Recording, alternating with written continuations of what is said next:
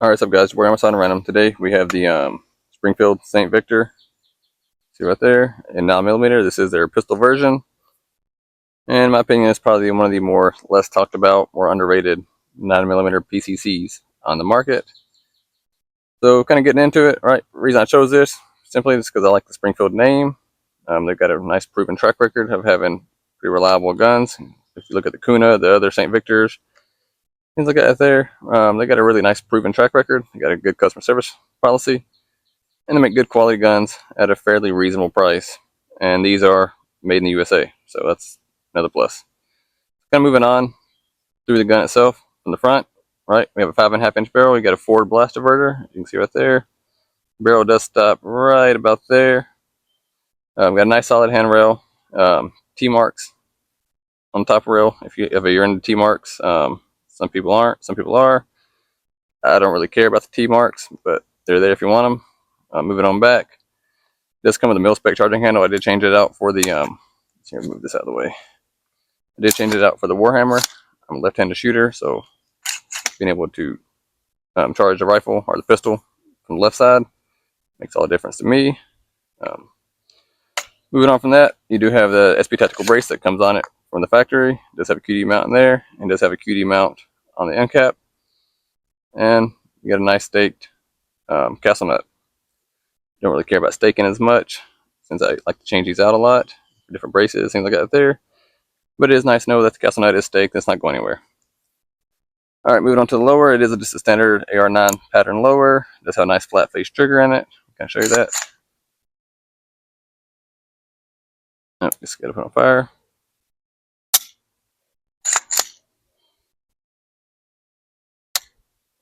Nice tactile reset, nothing to write home about, but still a nice feature to have right out of the box. This comes with the B5 Systems grip. I changed it out for the die-free co-grip. Just got like the grip angle. I like to cut in. Works great for my hands. And it honestly looks a little better on such a short, compact package.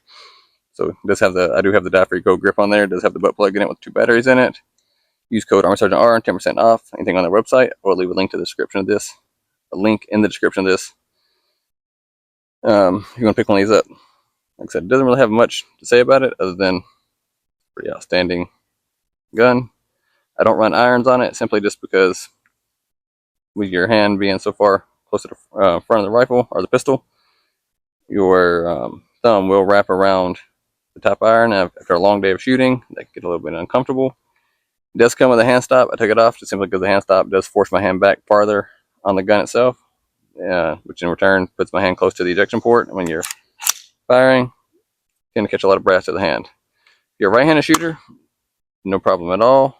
You can run the hand stop, which will sit right about here, and you won't have to worry about that. However, I don't run a hand stop simply because, like I said, I'm a left-handed shooter, and I like to keep my hand as far forward as possible away from the ejection port, but not too far forward. It goes in front of the barrel.